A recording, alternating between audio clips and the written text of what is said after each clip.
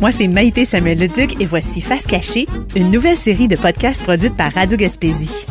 Face cachée, c'est des rencontres, mais c'est surtout des moments avec des gens qui me partagent leur métier ou leur passion qui sortent de l'ordinaire. La série est d'abord disponible en ligne sur radiogaspésie.ca, puis elle est diffusée tous les mercredis 20h sur les ondes de Radio Gaspésie. Aujourd'hui, je vous dévoile la face cachée de Jacques Chartier. Vous connaissez peut-être sa voix parce qu'il a travaillé longtemps à Radio Gaspésie. Mais là, je vais parler aux mordus de plein air qui s'impliquent dans toutes sortes de projets de développement régional. C'est drôle parce que quand je suis arrivée à Gaspé, c'est lui qui m'a donné ma première chance au micro. Puis c'est là que j'ai découvert qu'il passait 1 à 2 heures chaque midi à faire du vélo ou du ski de fond. Un vrai sportif. Comme il peut pas tenir en place, je l'ai rencontré en montant le Mont Albert, un des plus hauts sommets du parc de la Gaspésie. Jacques Chartier, on est où présentement? Bonjour Maïté, on est au coin de Bécosse et Gros-Pierrier, presque arrivé au sommet du Mont Albert. Seul endroit sur la montagne où il y a une congestion de temps à autre. Hein? Un petit nœud névralgique parce que les gens profitent de la salle de bain, s'abritent un peu, rajoutent une pleure parce que en haut, il va venter. Avant d'être un vrai Gaspésien, je venais déjà ici. J'avais découvert la Gaspésie et cette chaîne de montagnes intérieures, très peu de gens connaissent finalement. Quel beau trésor caché. Donc, dans la vingtaine déjà, je venais au moins 2 fois par année. Ça fait 40 quelques années de ça, là, donc ça te donne à peu près une approximation de mon amour de Albert. On est dans un contexte spécial parce qu'on est à la 4e traversée de la Gaspésie, en randonnée pédestre, la traversée de la Gaspésie à bottines. Toi, t'es là depuis les tout débuts, je crois? Faut pas le dire à personne, mais moi, je les ai toutes faites. À ski, à vélo et à bottines. Ça a commencé, c'est vrai que c'est une idée de Claudine. On s'en allait faire la TDL. Il y avait le docteur Pétry et il y avait Jean Daniel. Donc, Claudine dit, on pourrait organiser la 25e de la TDL à Gaspé. Donc, dites ça aux organisateurs, vous qui allez passer une semaine avec eux. Et puis, on avait vendu l'idée, puis c'est un peu comme ça. Donc, c'est pour ça que je suis un peu au fait. Et puis, j'avais participé aux premières réunions pour savoir, on passe par où? Est-ce qu'on passe par le côté de la mer? Est-ce que c'est trop venteux et tout ça?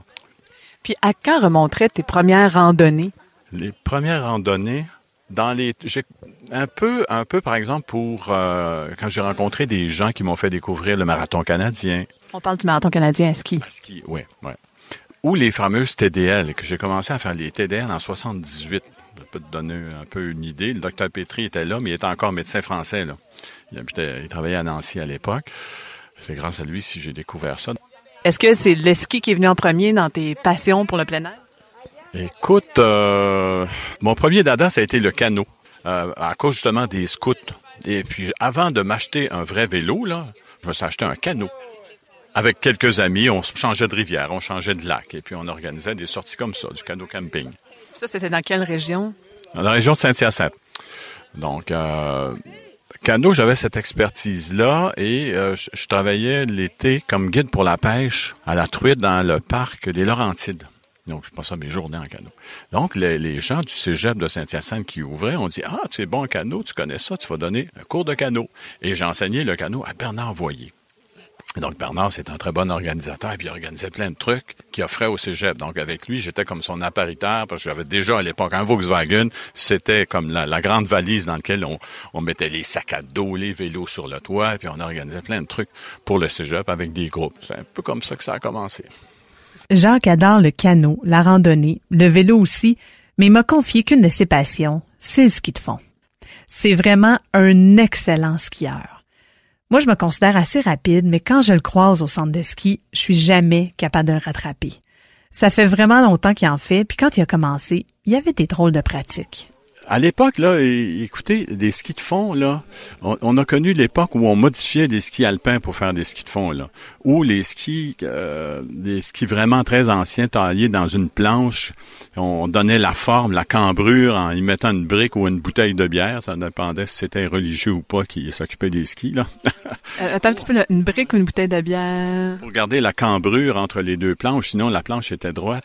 Parce que c'est mécanique, un ski, hein. Il faut pouvoir glisser. Donc, il faut pas que ce qui adhère sur la neige traîne dans la neige. Donc, c'est pour ça qu'on a la cambrure. Donc, et l'hiver, quand tu entreposais tes vieux skis de bois, ben, tu mettais quelque chose entre les deux pour garder la cambrure. On est devenus de très bons skieurs parce qu'on connaissait absolument rien là-dedans. Et les premiers sont allés suivre des cours auprès des Suédois, des Finlandais, des Norvégiens. Et ils sont revenus et ils ont partagé ça. Et Bernard Voyer a été un des premiers. Bernard est top niveau, tant au Québec qu'en Europe, là, pour le ski. Donc, j'ai appris le ski avec lui. Là aussi, j'étais son appariteur. Souvent, on allait organiser des stages. Donc, j'apprenais en même temps qu'il enseignait. Et on skiait ensemble presque toujours. Donc, l'hiver, c'était ça. Et on avait des bons amis comme Louis Grenier. Louis Grenier, c'est Canuck. Louis étudiait à l'école textile, qui est un pavillon du cégep de Saint-Hyacinthe. Et on disait, oui, on s'en va jouer dehors. Non, j'ai pas ci, j'ai pas ça. M'a t'en faire une doudoune. M'a te faire ci. M'a pas tenter ça. Donc, merci à Louis Grenier. Je lui ai dit bien souvent parce qu'il nous a fait découvrir les joies de l'hiver. On a arrêté de geler parce qu'avant, là, on utilisait le matériel de l'armée. C'était souvent en laine. Il ne voulait pas de synthétique parce qu'il trouvait que c'était trop inflammable. Donc, c'était lourd. C'est vrai que ça faisait la job, mais c'était lourd. Et puis, une chemise de laine mouillée, là, c'est mouillé longtemps, là, hein? Même si mouillé, c'est chaud, là, c'est pas ce qu'il y a de plus drôle. Ouais. Jacques a l'air de s'amuser comme ça, mais il travaille super fort depuis qu'il est tout petit. C'est un petit gars de Saint-Hyacinthe qui a été élevé sur une ferme avec ses frères et sœurs, puis qui a pas eu le choix de mettre la main à la pâte très jeune pour aider sa famille. Notre premier training, là, notre premier entraînement, notre première découverte de l'effort puis du plaisir de ce que ça peut représenter, l'effort, c'est de travailler sur la ferme. Parce que les parents disaient, on rentrait de l'école puis ils nous envoyaient travailler. Ma mère nous préparait une collation puis elle disait, bon, là, ce qui vous attend, il y a ça à faire. Vous devriez en avoir pour 2 heures. Ensuite, vous rentrez, vous faites les devoirs, bon, on va se coucher. T'sais.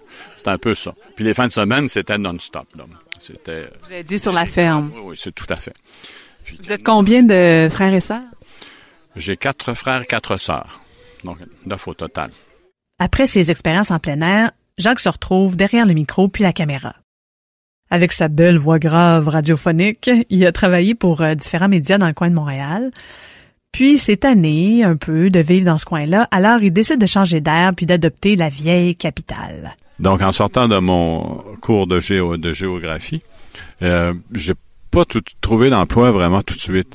Et j'ai cette grosse voix depuis longtemps. Et puis, assez que vers 7-8 ans, les gens disaient « Oh, il va sûrement travailler à la radio, celui-là. Hein? » Et puis, quand tu te fais dire ça, veux pas, enfant, t'es influençable, donc t'essaies de bien perler. Hein? Ma mère m'encourageait aussi en disant « Tu as une belle voix, tu devrais t'efforcer d'articuler davantage et de bien parler. » Donc, à force de se faire dire, celui-là, il va aller à la radio, quand j'ai été mal pris, je dis, bon, je vais aller voir si je peux faire quelque chose à la radio. Et à Saint-Hyacinthe, je me pointe là, et puis je passe l'entrevue, et puis là aussi, ils ont dit, écoute, la semaine prochaine, tu vas commencer à faire du micro, on va aménager un créneau. Et j'ai appris le métier.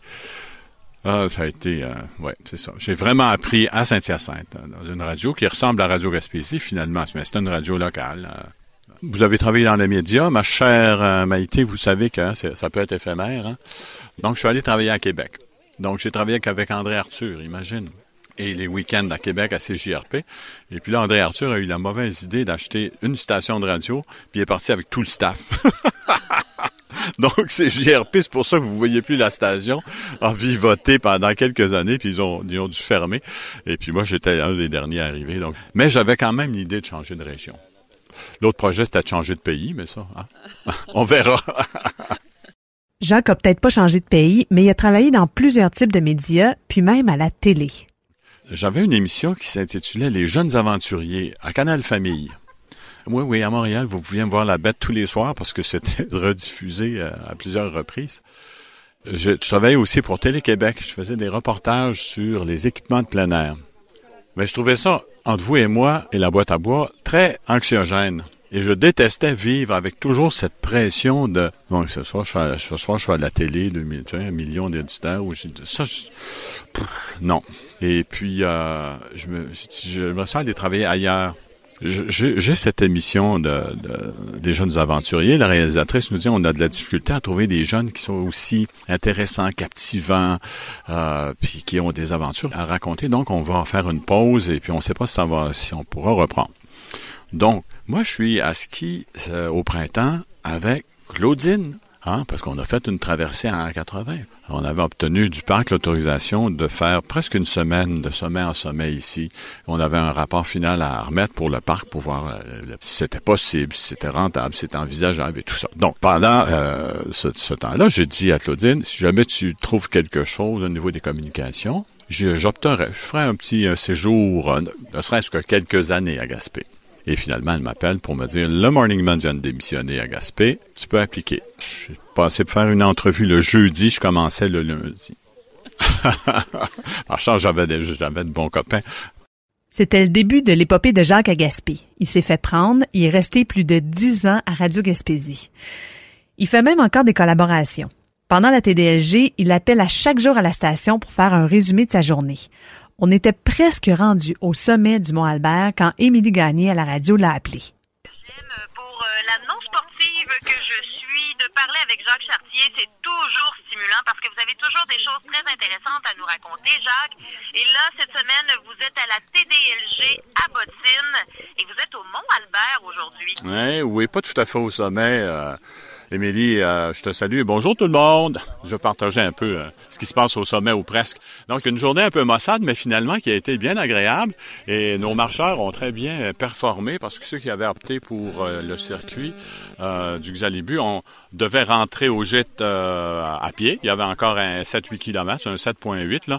Et puis, la grande majorité l'a réalisé, ce qui fait qu'au total, ils ont parcouru 20 km, ce qui est très bon. En montagne, là, c'est vraiment beaucoup, là. Donc, oui, surtout avec les conditions que vous avez eues. Oui, c'est ça.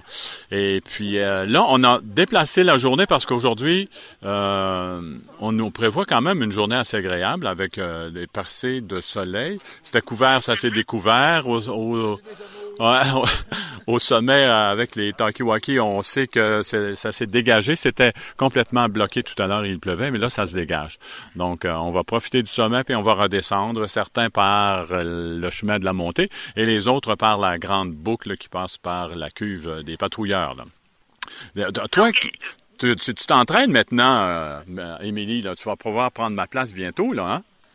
Oui, il va falloir que je mette des kilomètres à mon millage parce que justement, je prenais des informations sur la bottine et sur le site de la TDLG, on a des experts qui peuvent conseiller et on disait que pour être capable de faire de faire cette semaine-là, il fallait avoir fait X nombre de kilomètres. En fait, pendant l'été, il fallait avoir fait au moins le nombre total de kilomètres qu'on allait faire pendant la semaine à la TDLG, ou en tout cas quelque chose dans ce genre-là. Et j'étais pas encore rendu là, mais peut-être que les prochaines éditions, vous pourriez me coacher pour pas l'escalade, mais pour la randonnée et peut-être même un jour, qui sait, pour le ski de fond.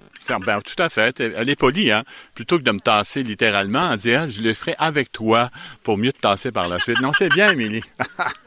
Ça sera avec plaisir. Je connais mes compétences en ski, Jacques, donc non, mais rien à craindre. C'est pas une cause perdue, Jacques, on va pouvoir vous reparler dans les incontournables avec Yannick un peu plus tard cet après-midi. Et nous, on va se retrouver même heure, même poste demain pour faire le suivi de vos péripéties. Ça sera avec plaisir, Émilie. Bonne journée tout le monde. Bonne journée, Jacques. Bye bye. C'est un départ, Jacques? Oui, on a ramassé notre barda, on n'a rien oublié. Leave no trace, on ramasse les papiers autour. Toujours cette conscience de l'encadreur. Tout à fait, oui, c'est vrai, c'est important. Et puis, je suis un peu distrait. On a parlé de randonnée tantôt, parce que on a parlé de Jacques, le canoteur, le fondeur, le randonneur. Tu as travaillé sur le Sentier international des Appalaches. C'était quoi ton rôle par rapport au sentier? Signalisation, cartographie et communication. Il y avait des rapports qu'on devait préparer, s'assurer qu'il y a des archives. Là. Tu as travaillé longtemps avec le SIA? 2 ans.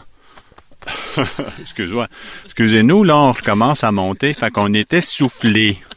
On va peut-être même être obligé de prendre une pause parce que c'est le Mont-Albert quand même. Oui, Hein? c'est le Mont-Albert. Et puis surtout, quand on reprend notre souffle, là, il y a une petite période d'acclimatation. Avant qu'on... Faut rencontrer Constance. Oui, c'est ça. Cherchons Constance, Maïté. Bon. J'ai l'impression que Constance sera plutôt bien assise en haut. Ouais. Qu'en penses-tu? Moi aussi, Ouais. Parce que sinon, ça risque d'être très long et peu intéressant. Ils vont penser qu'on est mourant. Alors, on est arrivé au sommet de Albert. C'est tellement magnifique. Toujours surprenant, ce plateau, les montagnes. Puis cette fois-là, en plus, il y avait même des caribous qui sont passés juste avant nous. Incroyable. On change presque de région. La pierre est différente. Et puis là, il y a une belle vallée là, qui se creuse, qui se forme. Il y a un beau cirque glaciaire. Il y a cuve des moniteurs, là. Donc, c'est vraiment une belle région. Qu'est-ce qui va être à surveiller là, pour les prochains kilomètres? Là, on bouscule pas les gens. On veut leur laisser, on leur a laissé jusqu'à 1 heure parce que la descente par là où nous sommes montés, là, c'est abrupt, mais c'est plus rapide parce que de l'autre côté, c'est un vrai gros pierrier à blocs ronds, là. Il faut vraiment, pendant 1 heure, c'est une descente en choisissant son caillou sur lequel tu vas poser le pied. Il faut le faire. Et on sécurise un peu avec les bâtons. De temps à autre, c'est le bâton qui se coince, qui risque de te jeter par terre, là. Mais non, c'est intéressant. J'aime bien ce secteur, ouais. Ça ajoute au plaisir. On entend des gens qui sont super contents d'avoir fait le sommet. Oui, bien motivés à attaquer, je sais pas trop quel côté, mais de toute façon, ils ont la motivation pour faire à peu près n'importe quoi, là. Ils feraient du deltaplane. Pour Jacques, la famille, c'est super important. C'est le 2e garçon d'une famille de 9 enfants, puis c'est le seul qui vit en Gaspésie. Mais ça l'empêche pas de voir ses frères puis ses sœurs assez souvent puis de les inviter à faire toutes sortes d'activités. D'ailleurs, son frère Gilbert, qui est physiothérapeute, puis son frère Simon, qui est encadreur comme lui, étaient avec lui à la traversée à bottines. Quand c'est ça, on a perdu notre père tôt. Avec les grands frères, on essayait de jouer un peu un rôle de grand frère, mais t'as pas l'expérience, t'as pas le vécu, t'as pas... Mais souvent, maman disait... Hey, écoutez, là, vous êtes des grands frères, essayez de donner au moins l'exemple, puis vous devriez amener les plus jeunes. Donc, on a toujours eu cette notion de partager au moins avec les plus jeunes là, les expériences qu'on vivait. Puis c'est le fun, puis c'est des bonnes personnes, donc c'est facile dans ce temps-là c'est une question de personnalité, ça. Hein? On n'est pas obligé. On choisit nos amis, on choisit pas nos frères et sœurs. Mais quand ça clique, puis on adore ça. Surtout avec Simon, on parle beaucoup technique. Puis comment tu t'habilles, tout ça. J'ai vu un nouveau vêtement, un nouvel équipement. Puis on aime bien ça. Puis à côté de ça, Gilbert, c'est d'autres choses. On est voisins, on a des chalets en Mauricie. On avait une autre vie avant la Gaspésie. Donc, moi, je construis une petite cabane en Mauricie que j'ai toujours. Puis Gilbert, c'est mon voisin. Le grand frère a influencé une fois de plus la plus jeune qui s'est installée. Ben, je l'ai un peu chassé de chez moi. Il était toujours rendu dans mon chalet. Puis j'ai dit, écoute, Gilbert, c'est des terrains de la CEPAC, ça. On demande un permis, puis on va construire un chalet. Et puis donc... Alors moi, c'est Gilbert. Je suis le 6e de 9. Alors, c'est toi le petit frère qui a construit un chalet à côté de chez lui, c'est ça? À côté de son chalet à lui? Oui, à côté du grand frère. Et puis, ça fait presque 35 ans qu'on a nos cabanes, une à côté de l'autre, près d'un lac magnifique en Mauricie. Et puis, encore là, 2 styles très différents. Donc, Jacques qui ne voulait même pas l'électricité ni les toilettes. Alors, lui, une bécosse, toujours, encore, après 35 ans. Puis moi, qui ai fait un solage bétonné, puis de l'électricité, puis l'eau courante, et puis le téléphone, tiens, tant qu'à ça. Alors que Jacques, non, c'est la plein air, c'est la nature, c'est la simplicité, le minimum pour être confortable. Et sa cabane est appréciée par plein de gens qui y vont là pour ce côté rustique-là. Alors que moi, c'est plus le luxe. Il aime bien quand même venir prendre une douche chez moi. Alors moi, c'est Gilbert, je suis le 6e de 9. Jacques, c'est un gars de plein air, comme ça m'a surpris qu'il le soit. Dans mon enfance, moi, je voyais mon frère Jacques qui fumait, qui sortait, qui s'amusait, dansait et tout. Et puis, je pense qu'il y a eu une piqûre à un moment donné pour être guide dans le parc de la Jacques-Cartier. Et je pense qu'il y a eu la piqûre du plein air et de l'exercice de jogging. Là, moi, j'avais commencé à en faire. Lui, il a commencé à en faire après moi, mais de façon beaucoup plus intensive. Et si j'avais à décrire Jacques, c'est l'intensité. Alors Jacques, c'est le jogging, c'est des courses, c'est le vélo, c'est des courses, c'est le ski de fond, c'est des courses. C'est toujours très intensif. Alors je ne peux pas faire de sport avec lui. On n'a vraiment pas le même rythme de vie quand on est en sport tous les deux. Mais je ne le vois jamais sur les pistes parce qu'il est beaucoup trop rapide. Et j'ai découvert avec la TDLG que je suis le skieur le plus lent du Québec. Contrairement à Jacques, qui est un des plus vite, peut-être? Disons, s'il n'est pas le premier, il est peut-être le deuxième, mais c'est un méchant chevreuil, oui. Moi, c'est Simon, Lucky Seven. Donc, un grand frère sur les pistes avec toi, il dit pas trop quoi faire? Avec le temps, on a appris, hein. On a appris. J'ai lâché mes bas de coton. Justement, le voilà. Allez, voilà, les trois frères ensemble. Non, mais j'aurais voulu ça, j'aurais pas pu. Ouais. Oui. Allez-y, parce que ça risque d'être long, là. On embarque là-dedans, là. Ah oui, tiens, prenez une photo. Mademoiselle, voulez-vous prendre une photo, s'il vous plaît? Parce que là, par contre, en contre-jour, vous êtes obligé d'aller là, mademoiselle. Oh non, pas encore marcher plus longtemps. Ouais. Tiens, parce que sinon... Tiens, bouton. Par contre, vous ne prenez pas par ça. Ici, ça l'éteint, c'est le bouton. Ils sont vraiment drôles, les trois frères. C'était vraiment une belle rencontre que j'ai faite sur les sentiers. Jacques Chartier a pas fini. Il y a plein de projets encore qu'il veut réaliser, puis je pense vraiment pas qu'il est prêt à s'arrêter. Veux pas, on approche la 70aine, là, donc... et c'est la retraite. La retraite, c'est une bébite très agréable et délicate à apprivoiser. Les Français ont une belle expression parce qu'ils disent quand on a les dents, on n'a pas le pain, puis quand on a le pain, on n'a plus les dents. Donc, c'est-à-dire que là, on a du temps, mais il faut faire attention à nos moyens. On a envie de voyager, on a envie de faire plein de choses, on veut réaménager plein de choses, reconstruire. Il faut faire attention au budget, donc il faut se garder une partie travail pour avoir un peu de sous complémentaires. Donc, les projets, tu vois, ce printemps, je suis allé marcher au Portugal pendant 3 semaines. Ils ont bien développé avec Compostelle, qui est finalement peut-être près l'ancêtre du tourisme. Hein. C'était une motivation religieuse, mais depuis toujours, ils accueillent les gens pour un peu de frais. Et tout est bien organisé, donc c'est pour ça que c'est si populaire. En Europe, à peu près tous les chemins mettent à Compostelle, à Saint-Jacques, priez pour nous. Donc, on était dans le sud du Portugal, on s'est baladé pendant 3 semaines, et puis donc le mois d'avril en Gaspésie, c'est mois drôle, parce qu'on ne sait pas trop dans quelle saison on va se retrouver le lendemain matin. Hein? Et puis quand il y a de la neige, elle n'est pas intéressante à skier. Puis en tout cas, ce type de petits projets qui sont en fonction de mes moyens et continuer à travailler un peu parce que c'est pour le plaisir de le faire. J'ai appris à trouver ce qu'il y a de positif dans tout dans la vie. Parce que quand on est animateur à la radio, qu'on accompagne les gens, il faut savoir trouver ce qui est positif et non essayer de trouver la bébête noire puis de trouver ce qui fonctionne pas.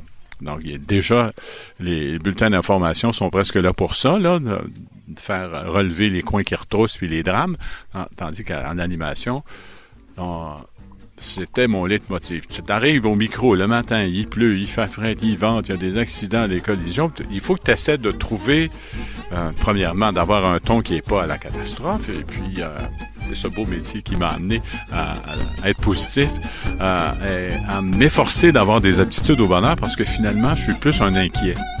Hein? J'ai l'air d'un grand rigolo comme ça. Non, je suis plus un grand timide inquiet. C'est ce qui me définit le mieux.